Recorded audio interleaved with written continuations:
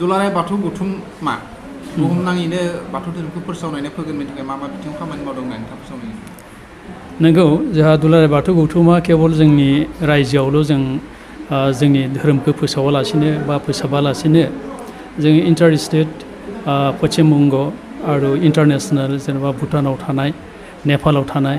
बिनि जोंहा हाबाफारि दङ दाखालिसो जों नेपालाव थांना फैदों नेपालाव दाब्रै जायगायाव जोङो थानसालिनि थाखाय जायगा नायहैदों हानि माखासे रेकर्डआ जायोबा जों थानसालि लुहैनायनि खोथाखौ सिन्था खालामदों आरो बिथांमोनहा हाखौ देखायदों एसे माखासे जेंना दं हा रेकर्डखौ कमिटिनाव ट्रेन्सफार खालामनांगोन आरो बे जाब्लानो माबायाव नेपालनियाव थानसालि लुहैना जाहैगोन लोगोसे दा जोङो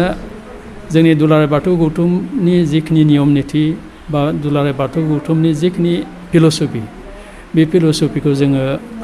माबानो थाखाय प्रसार खालामनो थाखाय नेसनेल बा इन्टारनेसनेल प्रसार खालामनो थाखाय मोनसे हाबाफारि लादों सेप्तेम्बरनि 13-14 जोंना नेसनेल सेमिनार जानो गोनां दं दिल्ली जोंनि राजथावनियाव निउ दिल्लीयाव दा बे सोमोन्दै जोङो बावैनो बड'लेण्ड इउनिभारसिटियाव बिनि टपिकखौ माखौ लानाय जागोन बेखौ जों थिरांथा खालामगोन आरो बे थिरांथा खालामनायनि उनाव समाया जोङो 3 मास नांगौ बे थिग थाक खालामनायनि उनाव गासै हाबाफारिया रेडि जाब्ला जोङो निर्दिष्ट समनि गेजेराव 13-14 सेप्तेम्बराव खालामनो हाहैगोनखौ आसा खालामदों आरो मैया जोंना रुपहि सिनियर हायार सेकेन्डारियाव मोनसे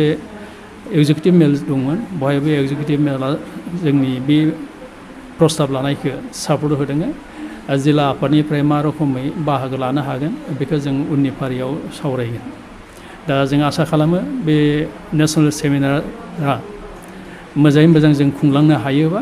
जोंनि जिखिनि बर'फोरनि मंगलित गस्थिनि बाथौआरि धोरोम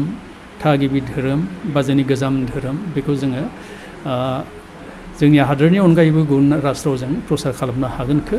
बा हाइलाइट खालामनो हागोनखौ फकास खालामनो हागोनखौ जोङो आसा खालामदों।